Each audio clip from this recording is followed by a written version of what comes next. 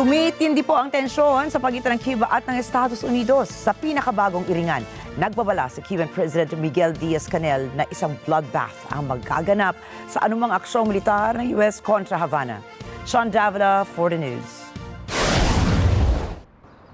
Dadanak ng dugo. Ito ang babala ni Pangulong Miguel Diaz-Canel ng Cuba laban sa anumang aksyong militar ng US sa kanilang bansa.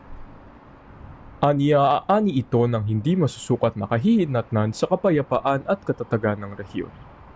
Ang naturang mga komento ay kasunod ng isang report na nagbabanggit ng classified intelligence na nakakuha umano ang Cuba ng higit 300 military drones at tinalakay ang planong gamitin ito para atakihin ang US Naval Base sa Guantanamo Bay, mga barkong military ng Amerika pati Key West, Florida.